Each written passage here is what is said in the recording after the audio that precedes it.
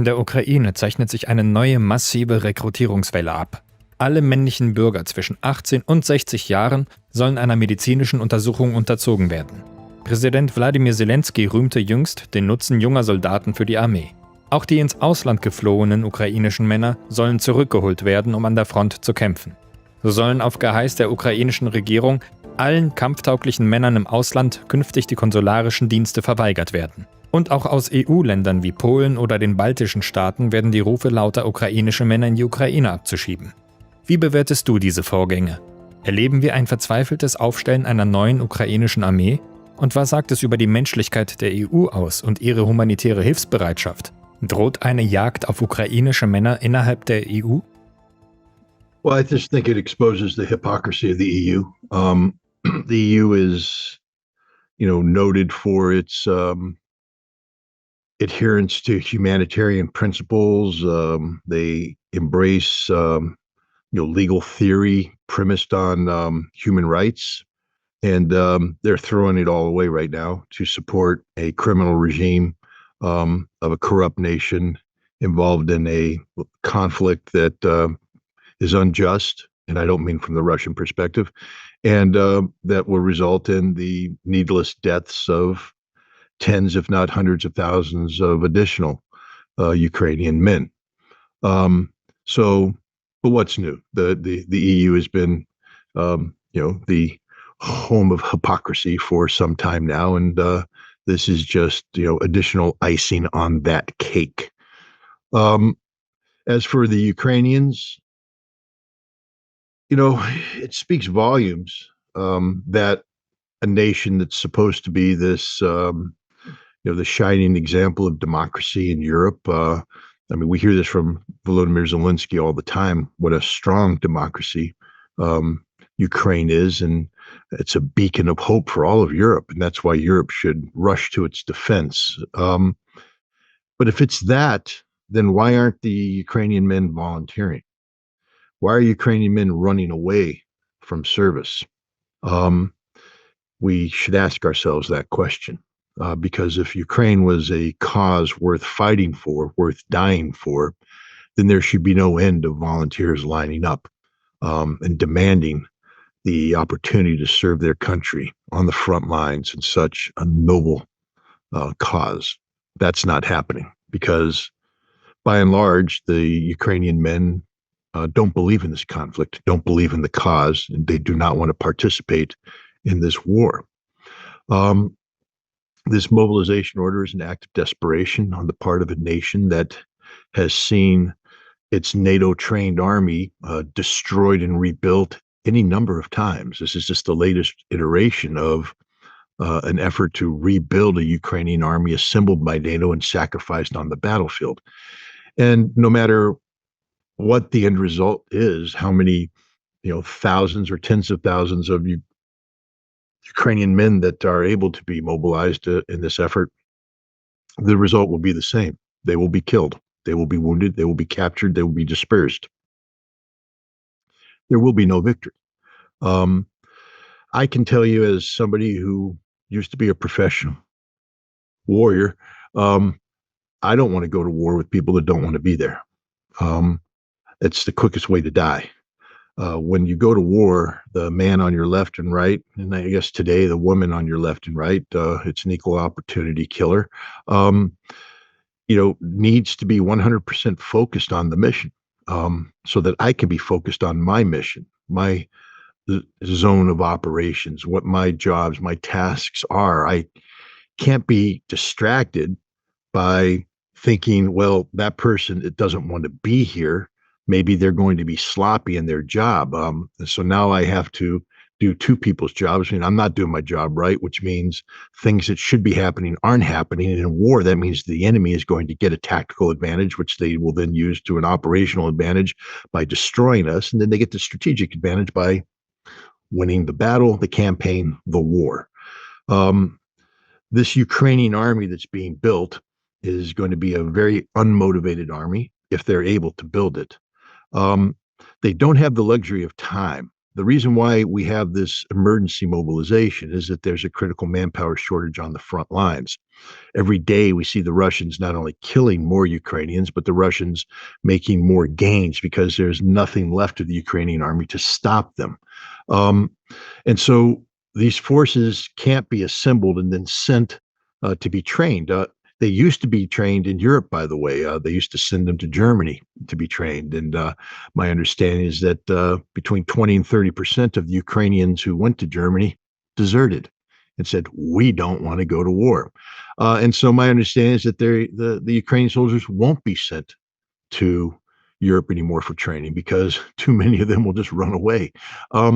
So now they'll be trained in Ukraine. Well, we know what happens when you get a large concentration of troops together in one place and the Russians detect it, they'll attack it. And so most of these soldiers have a good chance of dying while they're being trained before they get to the front lines. But there's not enough time to train them. They're needed now. Bodies are needed now. Fresh meat is needed now in the butcher shop that is called the front lines. And so they'll get the minimum level of training and thrown in the front lines. Meanwhile, Ukraine is receiving more advanced technology, more advanced weapons from the West. Weapons that are very difficult to use. They require a motivated soldier who's trained, highly trained, to not only use them, but to maintain them. And so what is Ukraine going to get? A bunch of guys that don't want to be there. They're poorly trained, and then they're going to be turned over on equipment that they haven't been trained to operate. They don't know how to use properly. It's just an invitation for disaster, which is exactly what this is, a disaster for Ukraine, for the Ukrainian people, and for those who support Ukraine. Germany, if you honestly think that this is going to somehow secure you, you're wrong. It's going to lead to the total destruction of Ukraine. It's going to lead to the further strengthening of Russia. And some could even say the further emboldening of Russia. Not that Russia has any ill intent towards NATO or Europe, but hey, if you guys want to pick a fight with Russia, I would advise that you don't pick a fight with a Russia that just came off winning a fight that you helped set up. Because Russia would just be doubly motivated to put you down if you truly do want to throw that first punch. Vergangene Woche schrieb die ukrainische Journalistin Olga Lin auf dem Nachrichtenportal espresso.tv über die Pflicht der ukrainischen Bürger im Ausland, sich für den militärischen Dienst zu melden. Dabei berührte sie auch die Frage, wie sich die massiven Todeszahlen der Ukraine, die russische Seite spricht von mittlerweile über 500.000 gefallenen Ukrainern, auf das Leben des Landes auswirken werde. Wörtlich formuliert Lehn: Es gibt keinen Grund zur Befürchtung, dass wir plötzlich zu wenige Menschen haben werden. Wer hat jemals gesagt, dass eine hohe Bevölkerungsdichte für ein Land gut ist? Was ist, wenn sich ein weitläufiges und dünn besiedeltes Gebiet im Gegenteil als angenehmerer Ort zum Leben erweist? Was sagst du zu diesen Aussagen? Was für eine Ideologie und was für ein Menschenbild stecken dahinter? Und welche Schlussfolgerungen lassen sich daraus ziehen auf die reale Lage innerhalb der Ukraine? Again, I would draw your listener, who I assume is going to be a German, who lives in a European Union, in the European Union. Is this what you believe it? Do you believe in the culling of a national population? I mean, you used to. I know you used to, you Germans. You guys used to believe in the culling of populations. You were all about the annihilation of the Jewish populations. But it wasn't just Jews that you culled. You culled the Slavs. You had the grand master plan for how you're going to go east, the march on the east, and you were going to annihilate the Slavic population for Lebensraum. That's a big German thing, isn't it? Lebensraum. That's what you guys believe in, right? Killing the Untermensch. So you have Lebensraum. Are you really going to sit there and tolerate this kind of insanity coming from a nation you say you support? Do you support Lebensraum? Do you? Because that's what this is. She is saying she's supporting the culling of a nation. She's supporting the thinning of the ranks so that there's Lebensraum. And if you dig deeper, what she's really saying is to get rid of the non-Western Ukrainians, to get rid of the Russian Ukrainians, to get rid of those Untermensch, those orcs, those vatniks, all the words and terms that they throw out there to minimize the humanity of anybody who's not a pure Aryan Western Ukrainian. You know what I'm talking about. Germany, blonde hair, blue eyes. You guys used to do that thing.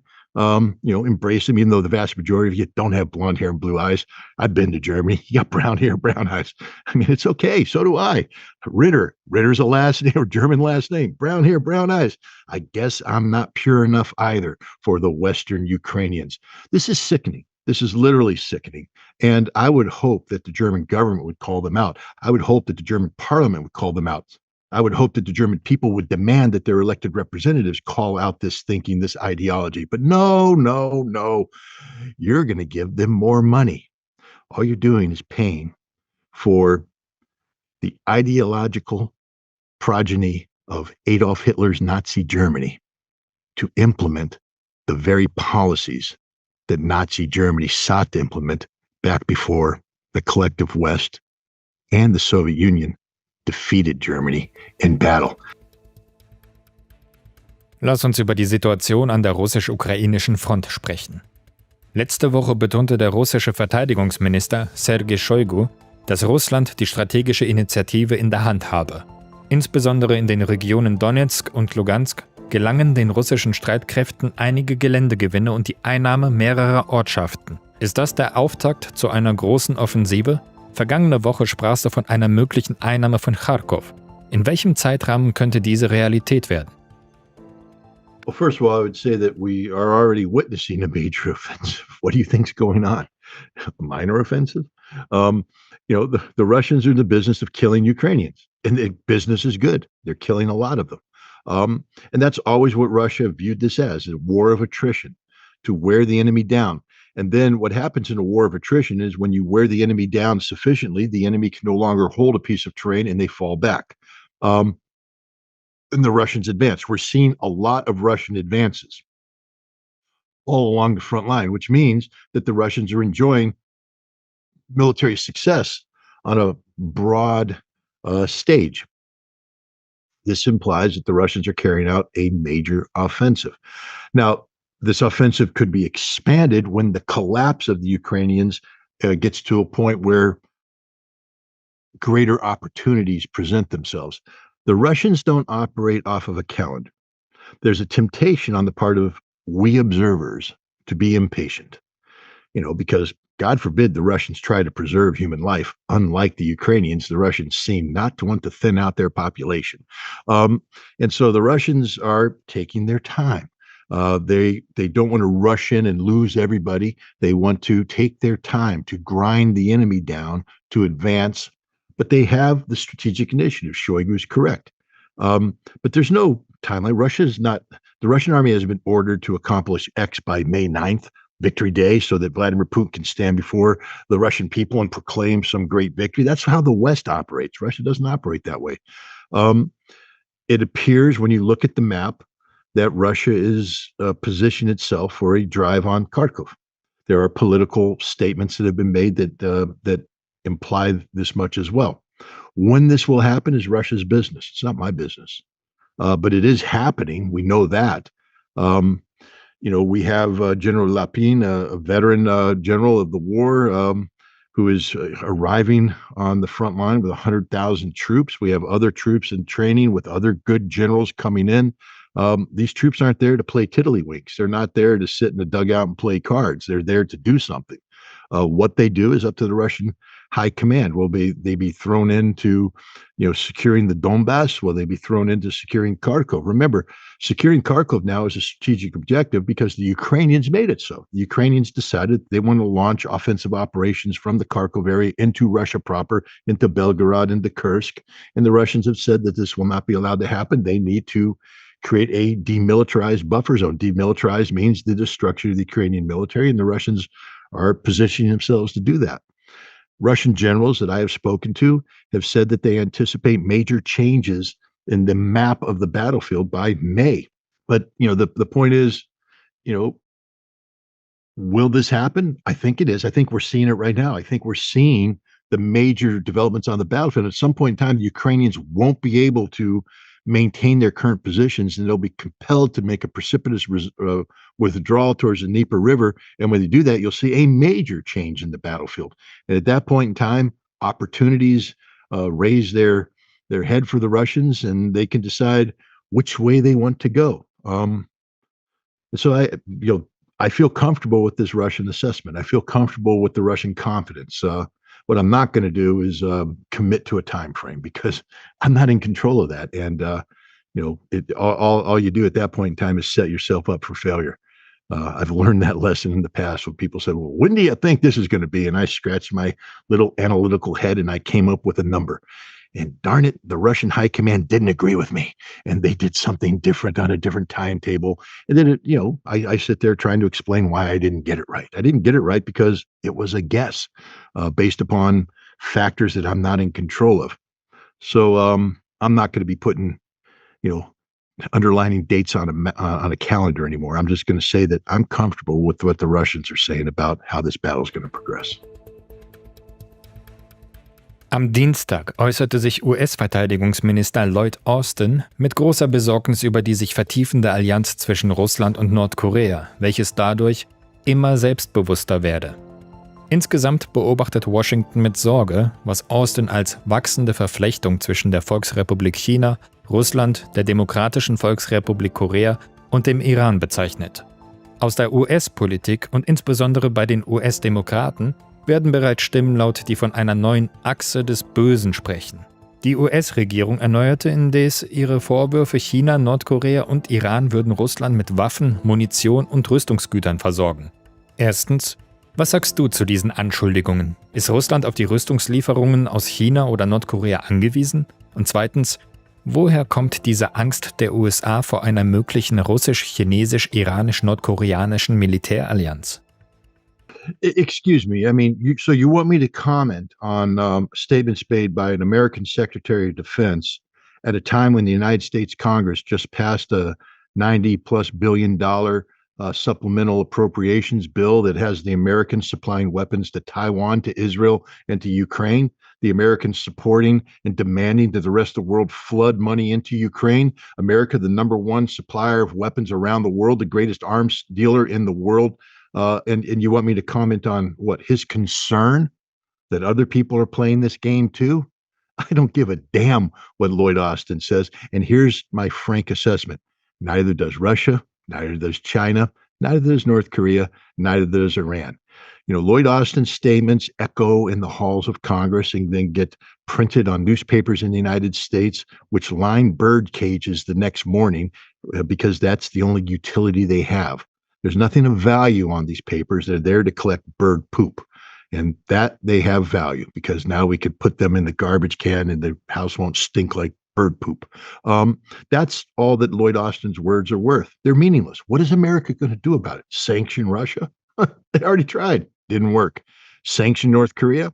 Didn't work either. Sanction Iran? That didn't work either. Oh, they're going to sanction China, the biggest economy in the world. That's not going to work either. These are irrelevant statements made by an irrelevant man who represents an irrelevant administration of an increasingly irrelevant nation. Speziell Nordkorea ist den USA ein großer Dorn im Auge. Das kleine asiatische Land scheint in den vergangenen Jahren enorme Fortschritte in Sachen Raketenentwicklung gemacht zu haben. Der iranische Luftschlag gegen Israel Anfang April scheint zudem eine Initialzündung gewesen zu sein, nachdem auch Nordkorea seine modernsten, supergroßen Sprengköpfe getestet und damit auch der Weltöffentlichkeit präsentiert hat. Diese sollen nuklear bestückbar sein. Gemeinsam mit den nordkoreanischen Langstreckenraketen Hwasong-15, die eine Reichweite von bis zu 15.000 Kilometern haben sollen, könnte somit auch die Westküste der USA zu einem Ziel werden. Mitte April appellierte Nordkoreas Staatschef Kim Jong-un an sein Volk, Nordkorea müsse sich vorbereiten auf einen Krieg. Wie leistungsfähig sind die nordkoreanischen Raketen? Haben die USA noch die Abschreckungshoheit im Pazifikraum? Und stellt Nordkorea wirklich eine Bedrohung für die US-Bevölkerung dar? The fact that Russia and China are opening up relations with North Korea indicates a couple things. One, that they are taking a collective interest in the security of North Korea. But why? Why would Russia and China take a collective interest in the security of North Korea? Because they're seeking to integrate North Korea into their political and economic spheres of influence, that and interest. That means that their long-term goals of North Korea is to improve the economic well-being of North Korea and the economic well-being of the North Korean people. So war does not factor into that. What Russia and China are seeking to do with the North Koreans is create a North Korea that is strong enough to deter irresponsible militarism on the part of the United States, Japan, and South Korea. This is what the North Korean ballistic missile force is all about. This is what the North Korean nuclear force is all about. It's a force of deterrence.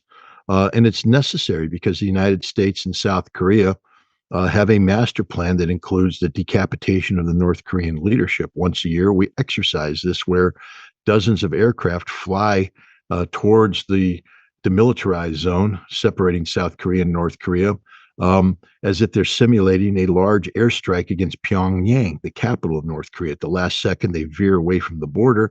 But as far as the North Koreans are concerned, one day they may just keep coming. And then what do you do? How do you tell the West that that's not worth it? The key to deterrence is that the other side must believe that the consequences of their actions will be so great, so dire, that there's no reason to carry out these actions. If the United States and South Korea believed that they could get away with a decapitation strike against North Korea, they would conduct a decapitation strike against North Korea. North Korea has built up a ballistic missile capability right now that has survivability and lethality. So if the United States and South Korea ever attempted a decapitation strike against North Korea, the North Koreans have created a military capability that makes it all but assured that there will be the destruction not only of South Korea, but of Japan, and the United States will likewise pay a heavy price with the real potential of North Korean nuclear-armed ballistic missiles hitting American cities. Suddenly, a war with North Korea is no longer something that either South Korea, Japan, or the United States is seeking to promote.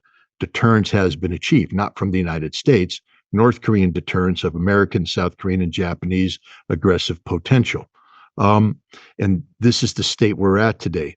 The United States has made a big deal about ballistic missile defense capability ever since George W. Bush withdrew from the anti-ballistic missile treaty back in 2002, disrupting, arms control norms and standards, forever.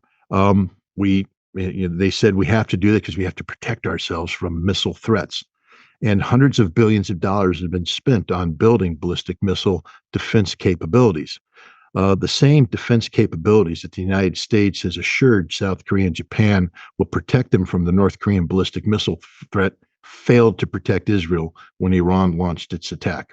The Iranians were able to have at least 9 missiles, probably up to 15 missiles of high capability, penetrate the missile defense shield and hit the targets that they were assigned to hit in Israel, proving that there's no missile defense shield for Israel, that Iran at any time it wants to can reach out and touch any place in Israel it wants to with a weapon and achieve the desired results. Iran now has deterrence superiority because now Israel knows that if it attacks Iran, there will be an Iranian response that Israel cannot defend against, and that response will be devastating.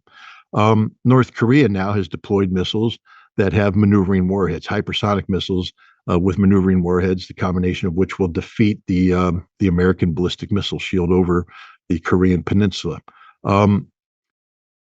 There is no missile defense now for Japan, South Korea, or American forces in the region. This further enhances North Korea's deterrence capability. And so I think North Korea is where it needs to be right now to keep America, South Korea, and Japan, from thinking they can get away with the unthinkable, which is launching a preemptive strike designed to decapitate North Korean leadership and to compel North Korea into surrendering. Right now, the certainty is that no matter what the United States, Japan, and South Korea do with the initial attack, North Korea will be able to respond with nuclear weapons that will destroy all of South Korea, all of Japan, and more than likely take out a number of American cities. And hopefully logic will prevail, sanity will prevail, and America, South Korea, and Japan will stop, behaving in an aggressive posture towards North Korea. But North Korea's future isn't about repairing relations with the West. North Korea's future is about protecting itself from the West and becoming a part of this Eurasian economic miracle that's developing right now with Russia, China, and Central Asian states, bringing their economies together, looking at economic growth, looking at, co-prosperity amongst people. North Korea is going to be attached. They're not members of BRICS yet. They're not members of the Shanghai Cooperation Organization yet. But they're good friends with Russia and China, who are not only members, but leaders of this. And so whatever benefits that BRICS membership and Shanghai Cooperation Organization membership brings to both Russia and China, North Korea will benefit from these as well. That's a pretty bright future for the North Korean people.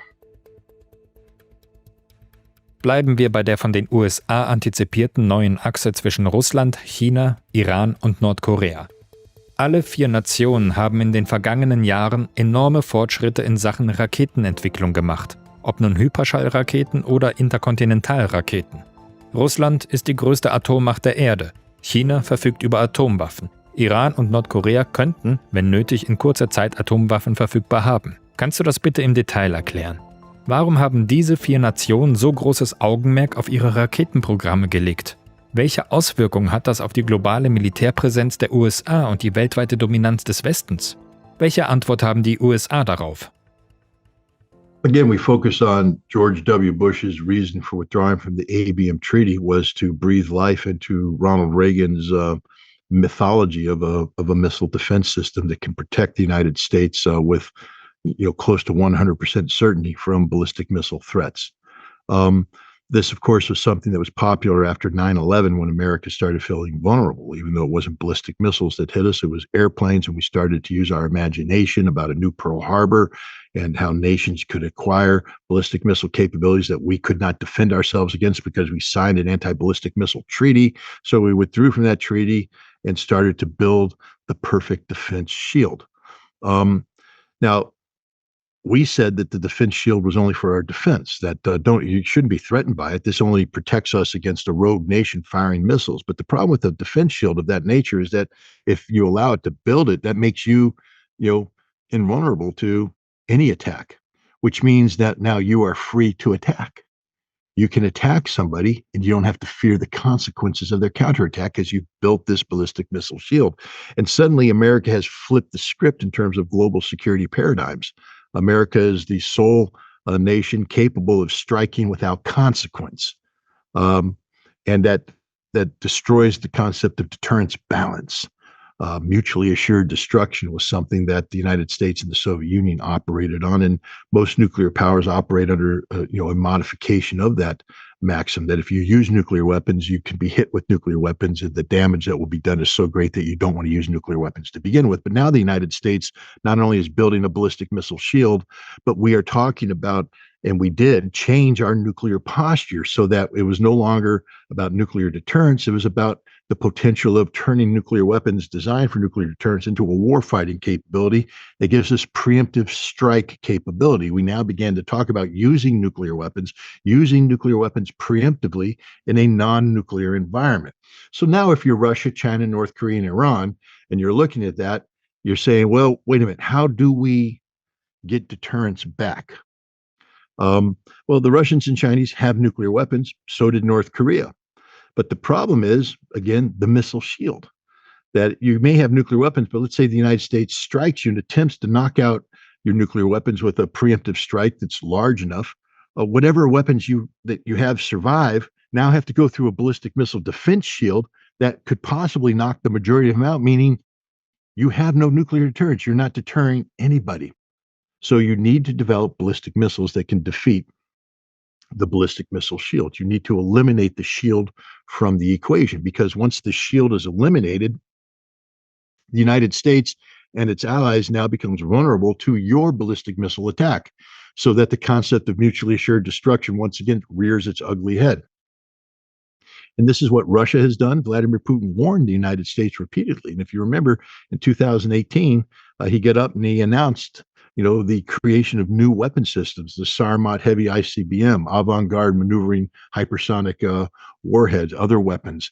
And he said, you didn't listen to me as I warned you about the consequences of withdrawing from the ABM treaty. Are you listening to me now?